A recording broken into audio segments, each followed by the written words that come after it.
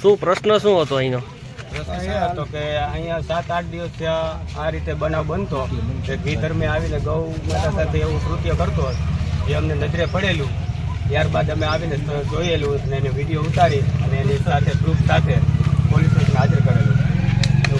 સાથે કોણ હતા હિન્દુ સંગઠન વાળા? હિન્દુ સંગઠનમાં મેં એક વ્યક્તિને ફોન કરેલો હતો.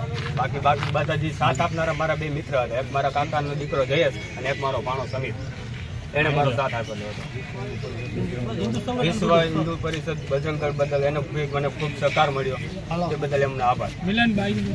તમને ધમકી મળી છે આ લોકો તરફથી, એવા સમાચાર છે? ધમકી એવી મળેલી હતી જ્યારે અમે વ્યક્તિને ત્યાં સોંપીને આવેલા હતા ત્યારે ઘરે પહોંચ્યા ત્યારે એને હાજર આવીને એવું કીધું કે જે હતા ને એને તો હું સવારે જોઈ લઈશ એવી અમને વાત મળેલી હતી. એની બી અમે રજૂઆત કરેલી હતી એસપી સાહેબને.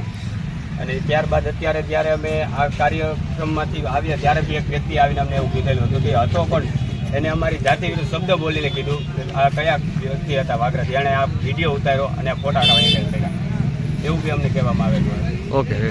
વિશ્વ હિન્દુ પરિષદ પ્રમુખ મેંદરડા તાલુકો ગત તારીખ 24ના રોજ જે સાતપટલા વિસ્તારની અંદર ધર્મી યુવાન દ્વારા જે ગૌ માતા ઉપર જે કૃત્ય આચરવામાં આવ્યું તેના વિરોધમાં આજ રોજ મેંદરડા તાલુકાના તમામ ધાર્મિક સંસ્થાઓ વિશ્વ હિન્દુ પરિષદ, બજરંગ દળ, આંતરરાષ્ટ્રીય હિન્દુ પરિષદ, રાષ્ટ્રીય બજરંગ દળ, હિન્દુ ધાર્મિક ઉત્સવ સમિતિ, જીવદયા આશ્રમ તેમજ તમામ ગૌશાળાઓના સહયોગથી આજ રોજ મેંદરડા શહેરના તમામ લોકોએ પોતાના રોજગાર ધંધા બંધ રાખી અને આજ રોજ મામલતદારશ્રીને આવેદનપત્ર પાઠવવામાં આવ્યું.